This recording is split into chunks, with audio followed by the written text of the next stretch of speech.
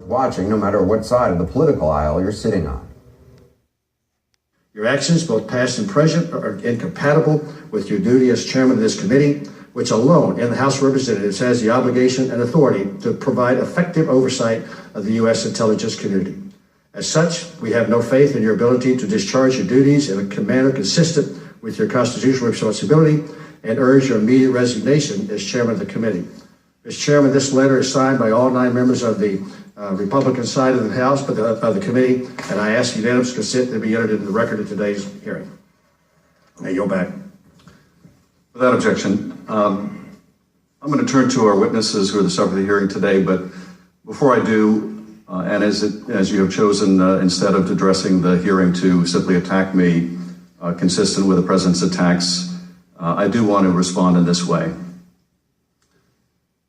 My colleagues may think it's okay that the Russians offered dirt on a Democratic candidate for president as part of what was described as the Russian government's effort to help the Trump campaign. You might think that's okay.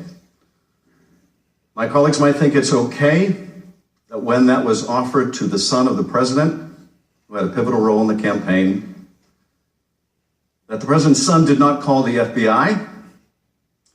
He did not adamantly refuse that foreign help. No, instead, that son said that he would love the help of the Russians. You might think it's okay that he took that meeting. You might think it's okay that Paul Manafort, the campaign chair, someone with great experience in running campaigns, also took that meeting. You might think it's okay that the president's son-in-law also took that meeting. You might think it's okay that they concealed it from the public. You might think it's okay that their only disappointment after that meeting was that the dirt they received on Hillary Clinton wasn't better. You might think that's okay.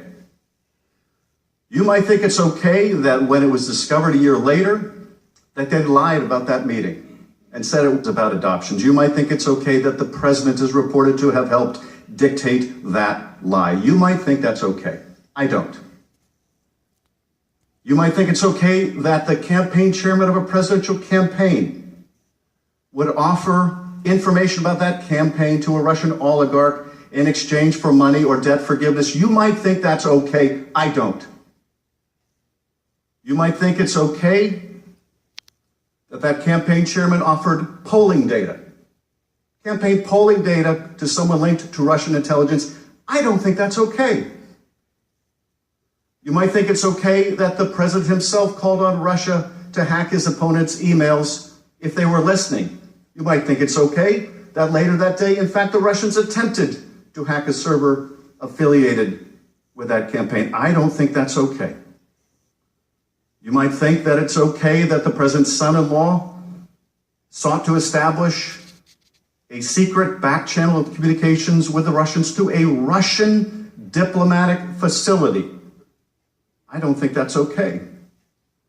You might think it's okay that an associate of the president made direct contact with the GRU through Guccifer II and WikiLeaks and is considered a hostile intelligence agency.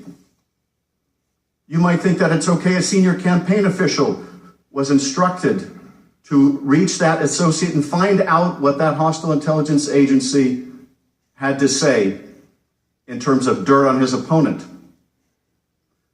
You might think it's okay that the National Security Advisor designate secretly conferred with a Russian ambassador about undermining U.S. sanctions, and you might think it's okay he lied about it to the FBI.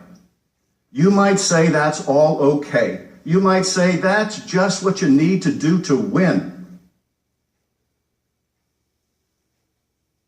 But I don't think it's okay. I think it's immoral. I think it's unethical. I think it's unpatriotic. And yes, I think it's corrupt and evidence of collusion. Now, I have always said that the question of whether this amounts to proof of conspiracy was another matter.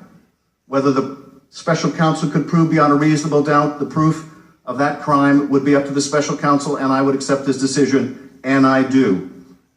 He's a good and honorable man, and he is a good prosecutor. But I do not think that conduct, criminal or not, is okay. And the day we do think that's okay, is the day we will look back and say that is the day America lost its way.